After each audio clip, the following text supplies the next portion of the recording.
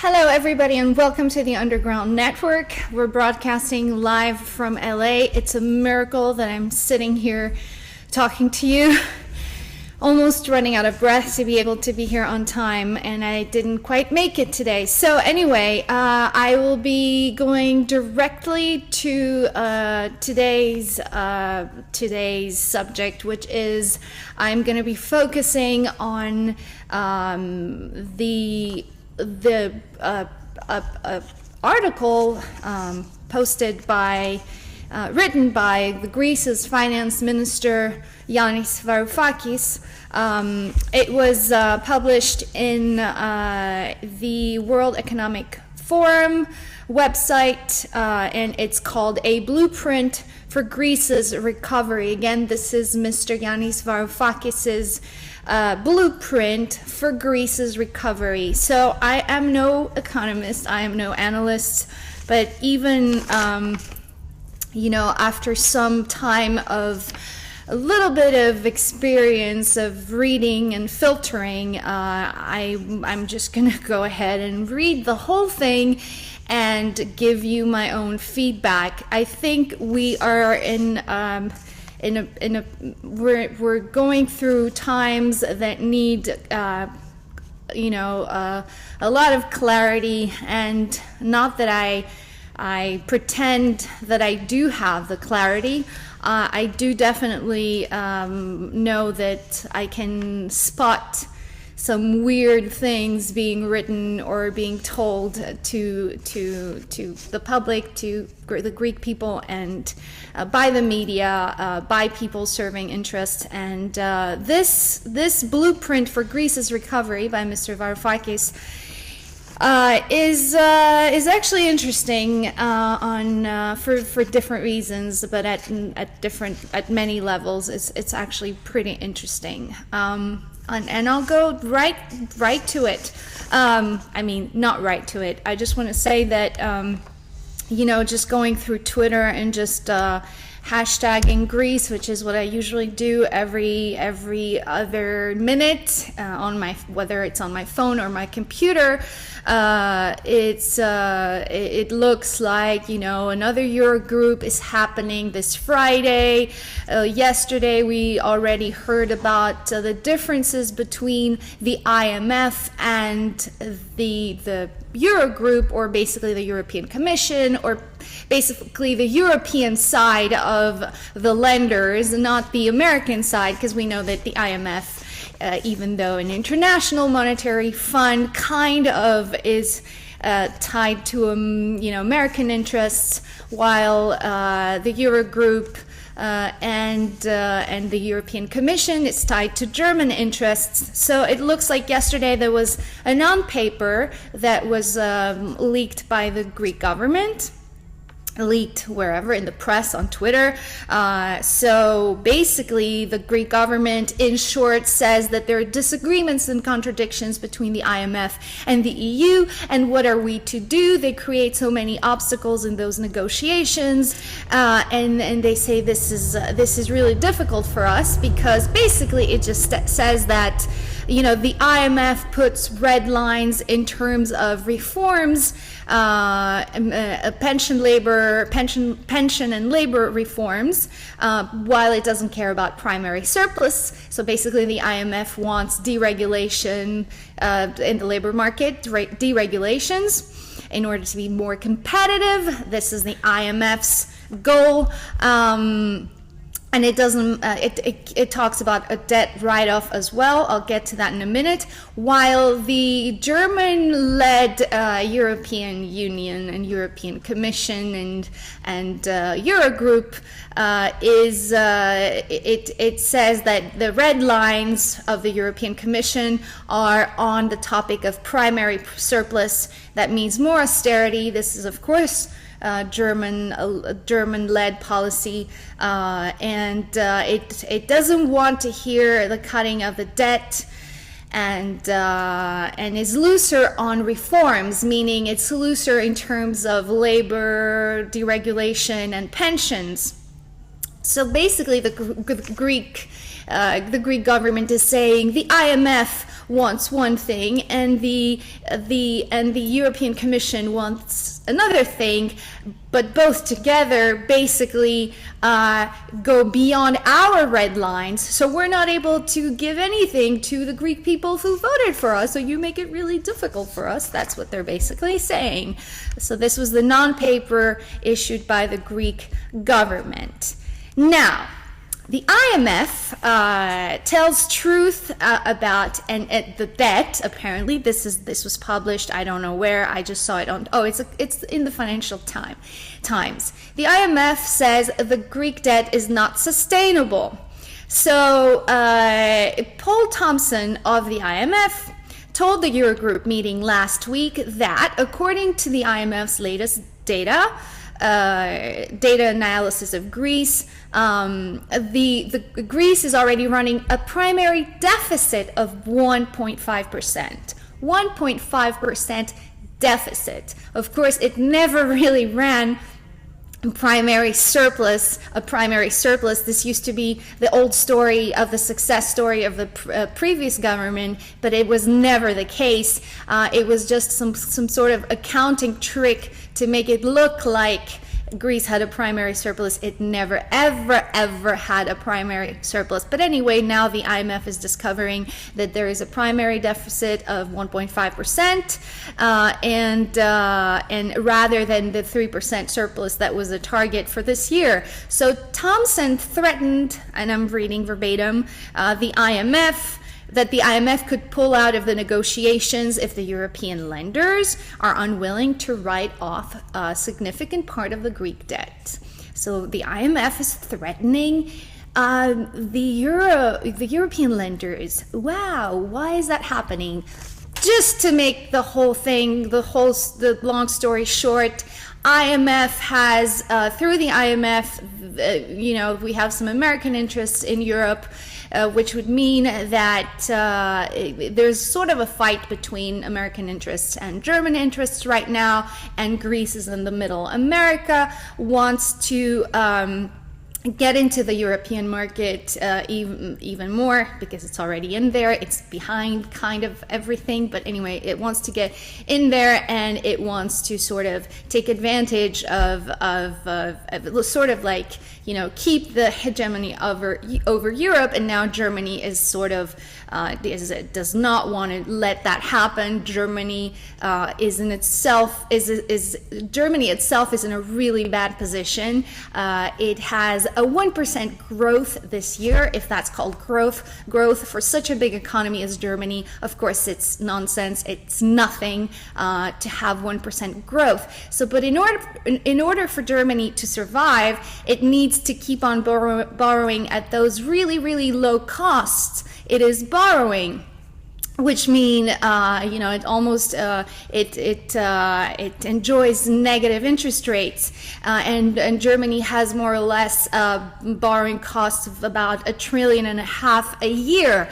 So how could if Greece doesn't pay, or if Greece undergoes a haircut, you'll immediately get the whole European banking system will sort of lose confidence in the markets, so the interest rates are going to go higher, and Germany doesn't want that. So it wants to keep Greece on a tight leash because it wants to keep on enjoying those really low interest rates, because Germany is very, very, very indebted, and its debt is trillions every year. It needs to borrow trillions every year.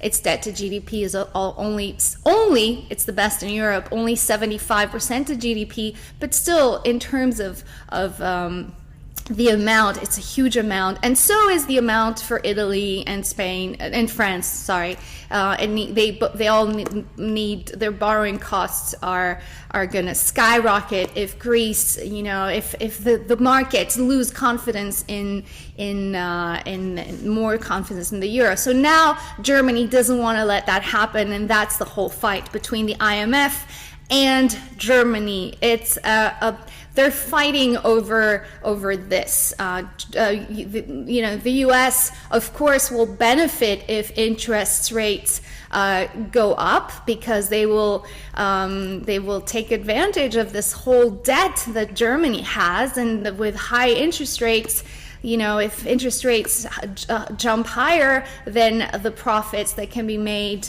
will be enormous. So speculators are looking into that, and the IMF is sort of kind of representing that side of the argument. If my understanding of a I'm no economist, again, I'm no analyst, but that seems to be the case. IMF and Germany fighting over Europe, and Greece in the middle, the scapegoat. And actually, yeah, it's pretty stupid that we have, those people in Greece governing us, because they don't really represent us. Anyway, let's get back to Varoufakis' blueprint for Greece's recovery. So, months of negotiations between our government and the IMF and the European Union and the European Central Bank have produced little progress. So that's months of negotiations. I guess you are responsible, Mr. Varoufakis, aren't you? You're the one negotiating.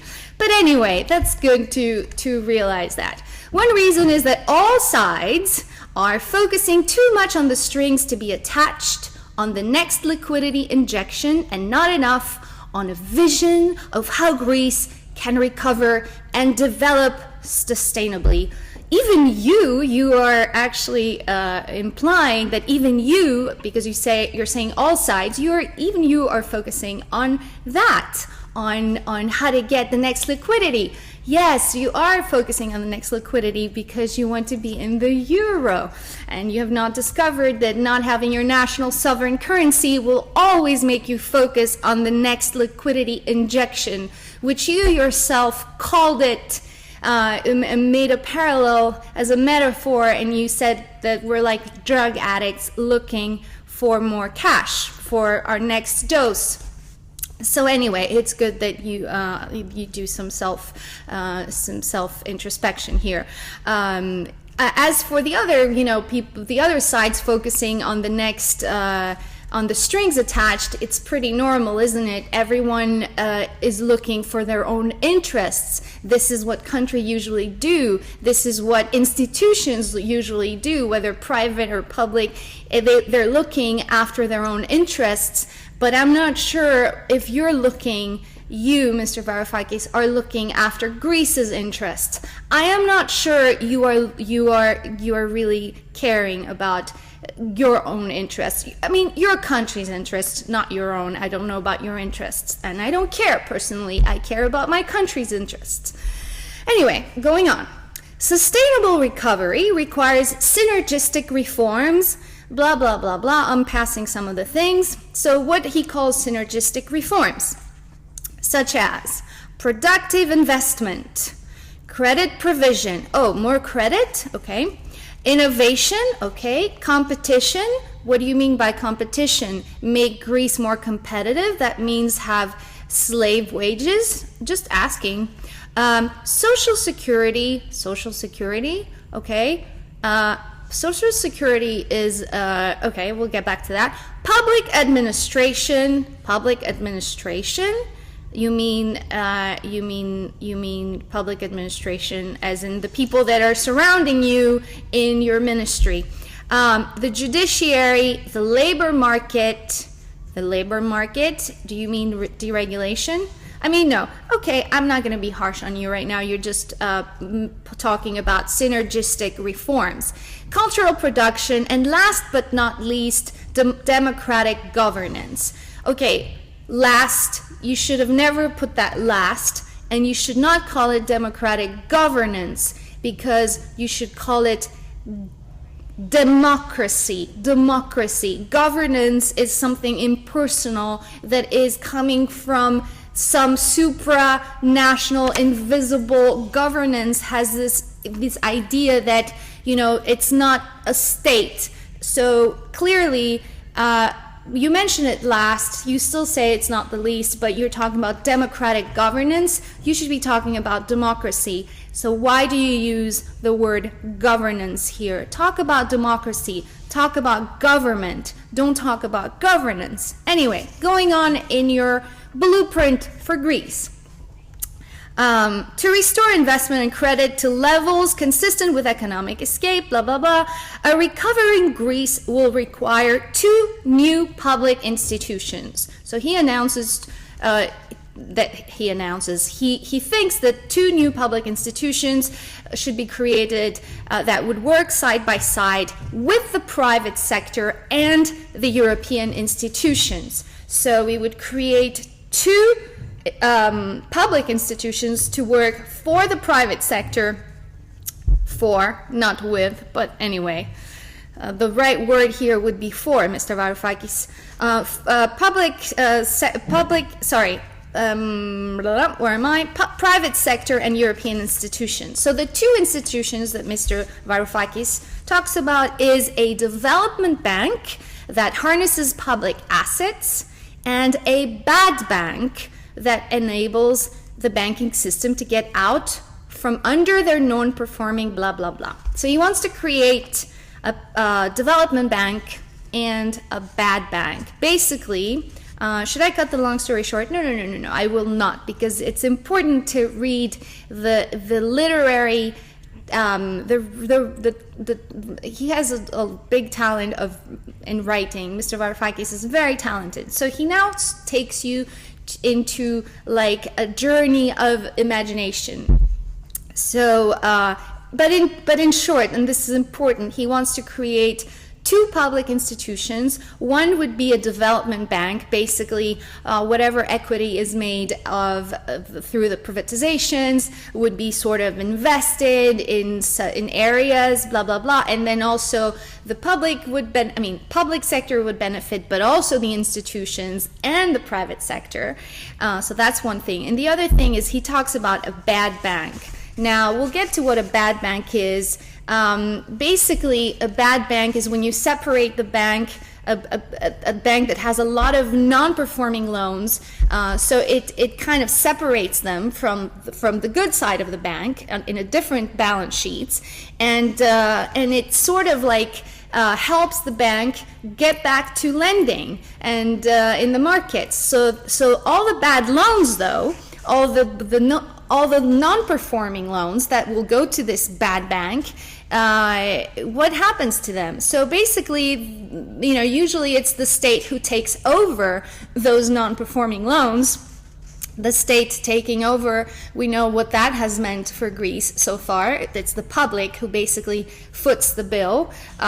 So at the same time, when you create that bad bank and the state takes over, except for the fact that the people are basically footing the bill, it also encourages the banks to keep on doing, risky business, to keep on lending recklessly, something which they would have not done. So instead of letting the bank fail and go bankrupt and go into the books of the bank, you actually, in a way, find a way to accommodate the bank. And another thing that happens, and this is another criticism about the bad banks, is that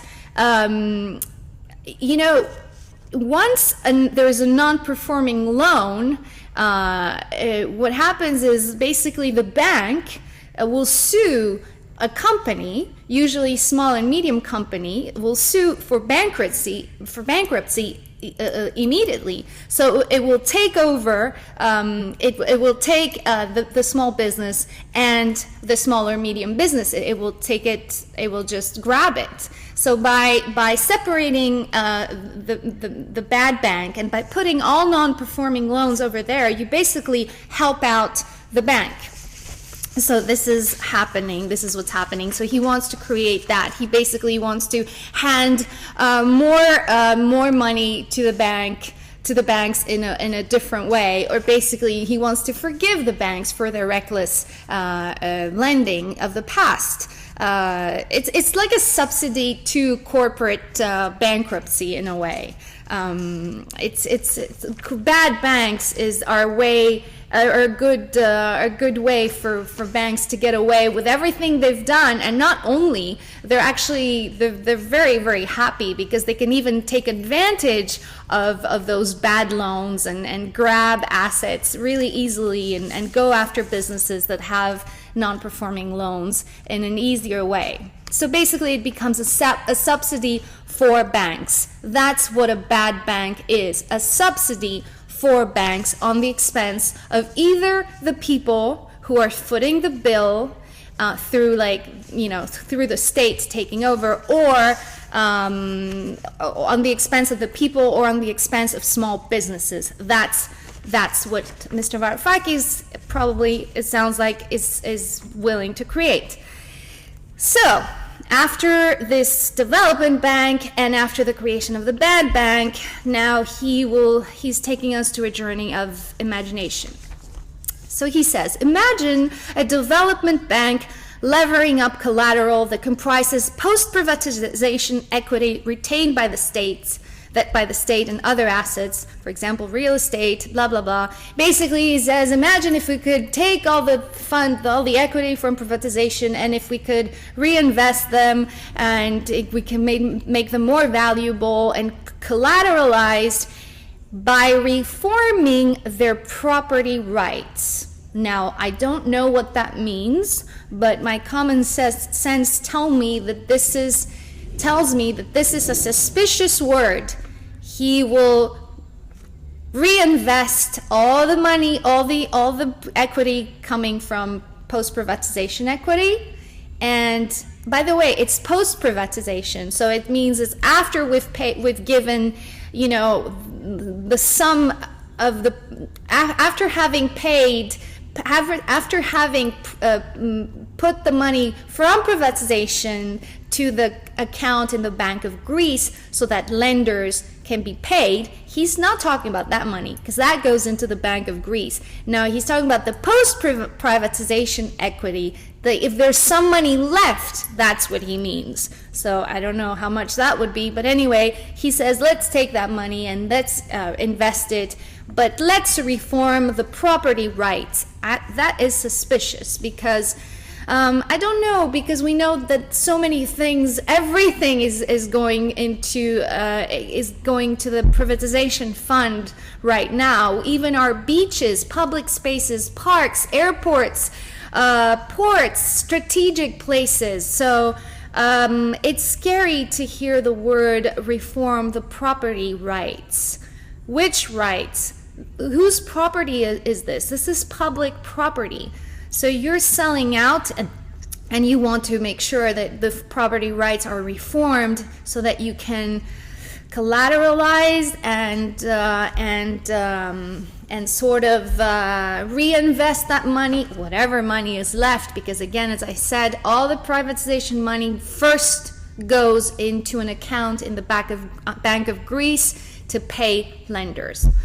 So anyway, go on. Imagine, says again Mr. Varoufakis, that it links the European Investment Bank and the European Commission President Jean-Paul Juncker's 315 billion investment plan with Greece's private sector. So Mr. Juncker has a 315 billion euros for Greece's private sector.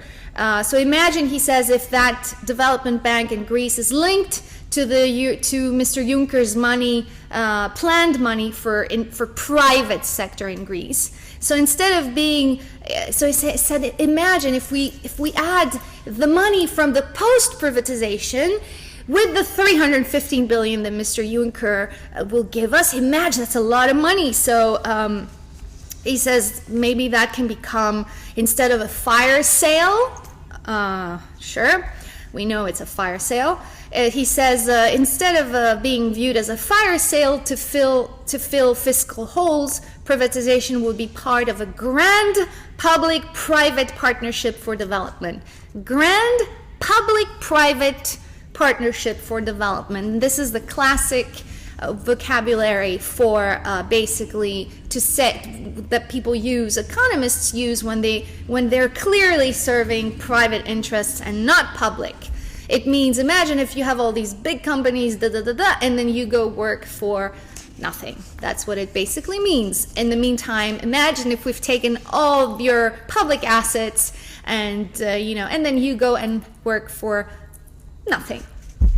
Anyway, going on. Imagine, says Mr. Varoufakis, imagine further that bad bank helps the financial sector. Yes, of course it will help the financial sector. That's what it's supposed to do. Which was recapitalized generously by the strained Greek taxpayer in the middle of the crisis. To shed their legacy of non-performing loans and unclog their financial plumbing, it will definitely unclog their financial plumbing, and it will benefit from their own non-performing loans. Yes, we don't have to imagine that. This is what a bad bank is doing. That's what they're doing. They are created to accommodate banks. It's a subsidy for the banks, so we don't have to imagine. It helps the financial sector indeed, but it doesn't help the people. So anyway, in concert with the development, banks' virtuous impact, so the bank will go back to being virtuous, credit and investment flows would flood the Greek economies, hitherto arid realms, because yes, we are living in arid realms in terms of the Greek, in today's Greek economy is really arid realms. But he says, imagine how the investment will flow, it will flood. Wow, yeah, I have to imagine that. Eventually helping the bad bank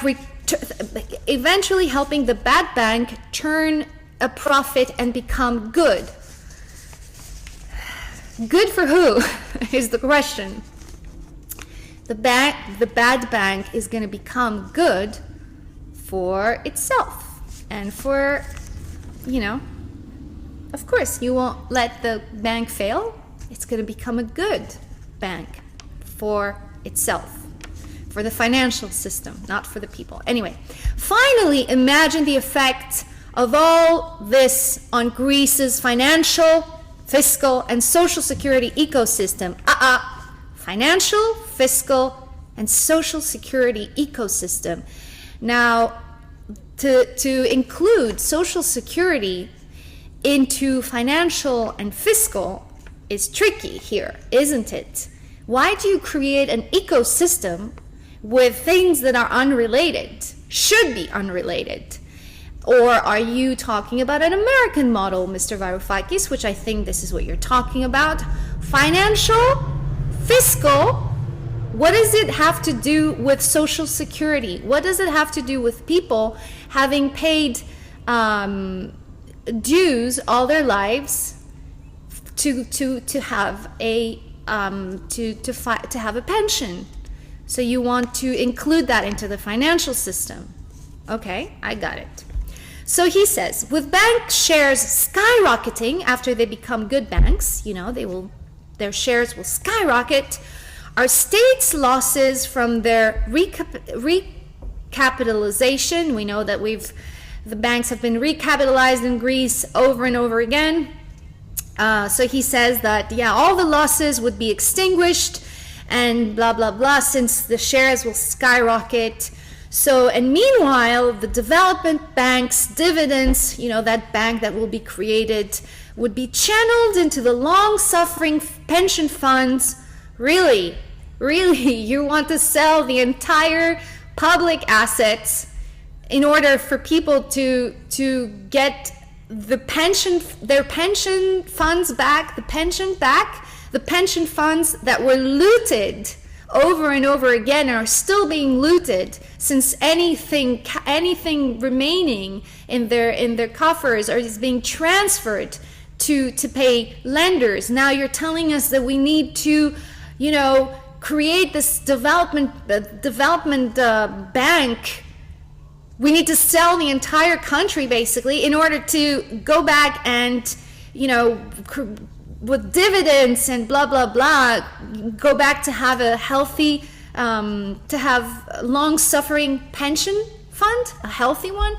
Is that your argument? It's kind of distorted and wicked, I would say, because the people who worked, the people who today are, 50, 60, 70 or over, people who have no chance of finding a new job. That's why I'm including the 50-year-olds in there. We know the state of unemployment in Greece. You want to sell everything, and then by doing that, you're promising people that you will invest everything from this fire sale, and they will be able to have a healthy fund, pension fund system. Is that what you're implying? Because really, that's complete and utter nonsense. And I'm being kind here. Yeah, and he mentions that the pension funds were abruptly decapitalized in 2012, and I have to add, and are being completely, constantly looted right now to pay the lenders. So anyway. So he's promising us that it's good for pensions and for pension funds to basically do those post-privatization development bank, where we can take the money and then give it to the European institutions along with private and European institutions and have it invested. How do you know this is all going to grow and be a good investment? How do you know this is going to work? Because, well, in fact, you don't know, because you're asking us to imagine, and this is, of course, unimaginable. It's not feasible, I believe, and anyway, I'll get back to that later. I'm almost done. I'll get to your messages. William is watching. In this scenario, the task of bolstering Social Security would be completed with the unification of pension funds. Ha ha! He brings up the unification of pension funds, which is what the IMF wants, I think, if I'm not mistaken. There it is. That's the whole clue.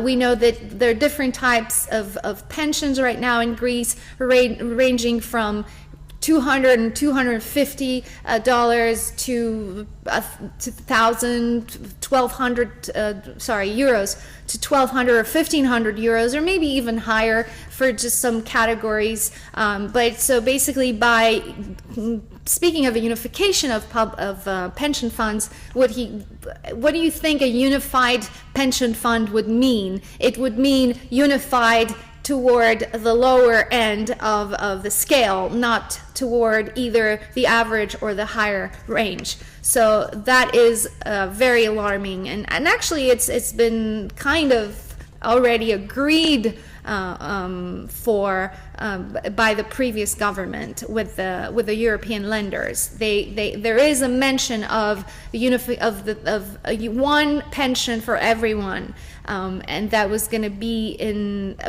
applied at some point. They just haven't applied it yet. So this unification of pension funds is not a good thing, not for those people who worked all their lives and have paid their dues and contributions and now are not going to get it back because the funds have been looted and the people have been looted.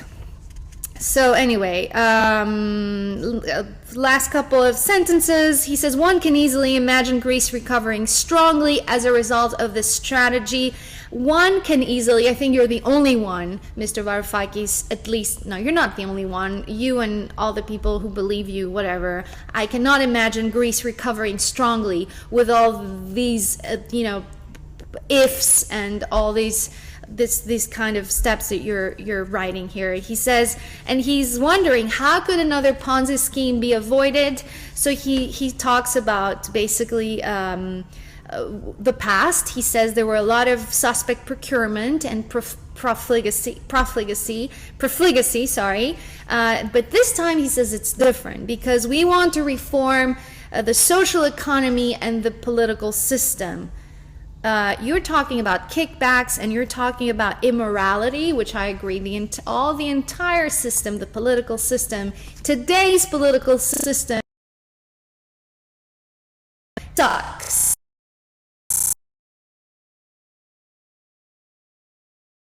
does that come from? Where does you put words randomly together? Greece will need to reform its social economy and political system. Whatever you talked about further, above, further, the things that I've read already have nothing to do with social economy, to my understanding. He says, Mr. Varoufakis says, this time, by contrast, the new development bank would take the lead in channeling scarce homegrown resources. There are not scarce resources. The lenders have contributed to creating the 5 to 97%. It can be self-sustainable in terms of food and other things. So anyway, homegrown resources, he says, can be helped by this development bank, alongside, of course, with private and institutions. And he says these include startups, IT companies that use local talent. So he talks about local talent. So basically he talks about inviting foreign big companies and using local talent. Startups, organic, agro, small and medium-sized enterprises. If you let big corporations come in to invest, supposedly invest probably in small and medium-sized enterprises, this is going to change the landscape of, it's already happening. It's going to change the food and the whole culture of the way it is, the way Greece is structured, and the way it, everyone now is going to locally grown, to organic and all these things. But apparently you're inviting big corporations in. That's my understanding of this. So I don't know how that would benefit really the people of Greece. It would definitely benefit the companies that you're inviting, especially the big ones, but not the people. What else? Oh, of course, it will export-oriented pharmaceutical companies and efforts to attract the international film industry to Greek locations. I totally agree with that, Mr. Varoufakis. You have to attract international film industry to Greek locations. I agree with that. That's the only thing I probably agree with in this whole blueprint for growth for Greece's recovery. So yes, please invite the international film industry to Greece. Please do that. And then he also talks about educational programs that take advantage of Greek intellectual output and unrivaled historic site. Yes, it's not only Greek intellectual output, it's basically Greek civilization of Greece, Greek culture. It's not an output. Some things have no, you can't quantify them and call them product or output. You have to call them what they are. It's Greece. It's a country. And this is my favorite sentence, I think. In the meantime, says Mr. Varoufakis, Greece's regulatory authorities. Do you mean Greek government? Because you don't use the word government anymore. Regulatory authorities means that what? Like a management? Wouldn't a country be like a state? Wouldn't it have a government? It would have regulatory authorities? Okay. Greece's regulatory authorities would be keeping a watchful eye over commercial lending practices. Sure, you create a bad bank, but then you keep an eye on commercial lending practices, of course.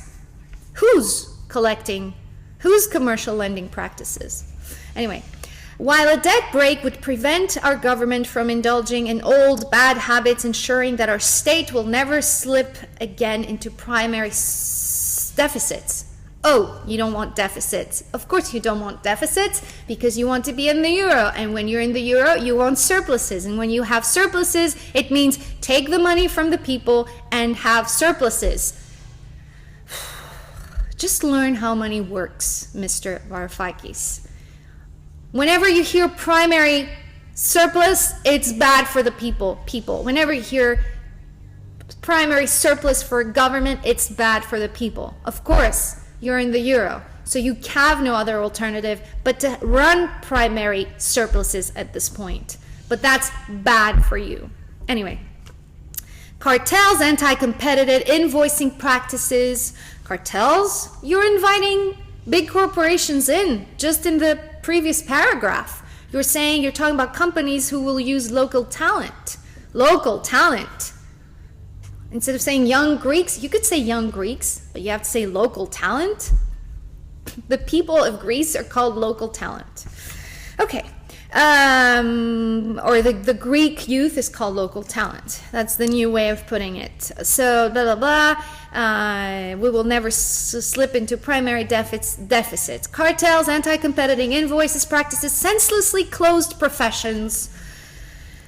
And a bureaucracy that has traditionally turned the state into a public menace would soon discover that our government is their worst foe. I am waiting to see, yes, a state that will stop being so bureaucratic, but it doesn't look like it's happening. And this is kind of what sums it all up. Your last sentence, which says the barriers to growth in the past were not an unholy alliance among oligarchic interests and political parties. Oligarchic interests are still there, Mr. Varoufakis.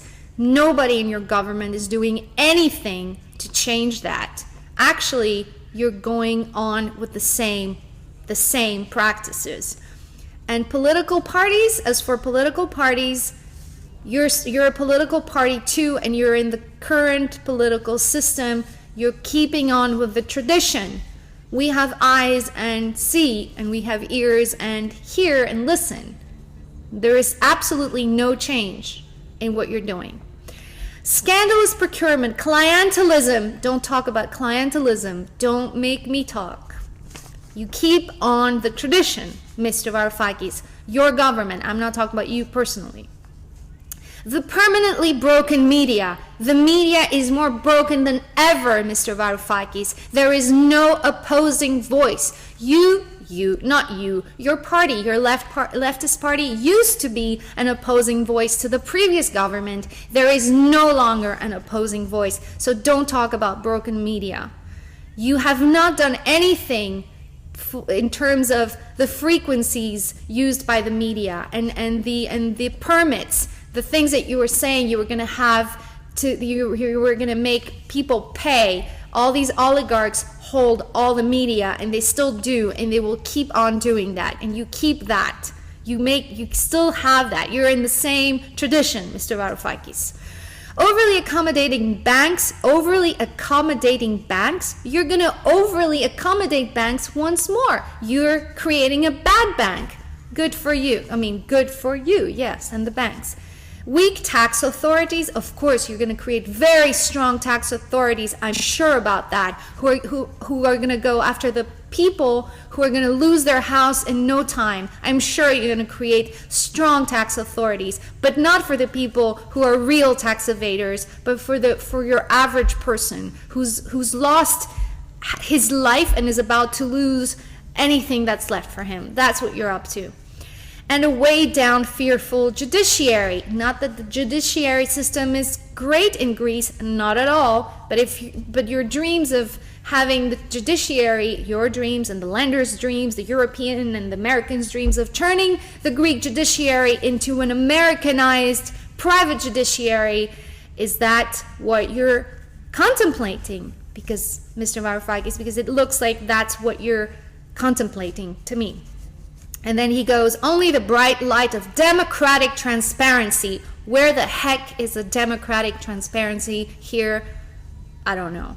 Can remove such impediments. Our government is determined to help it shine through. If you want anything to shine through, really shine through, make sure to keep on writing those types of articles, so that we can see what really shines through.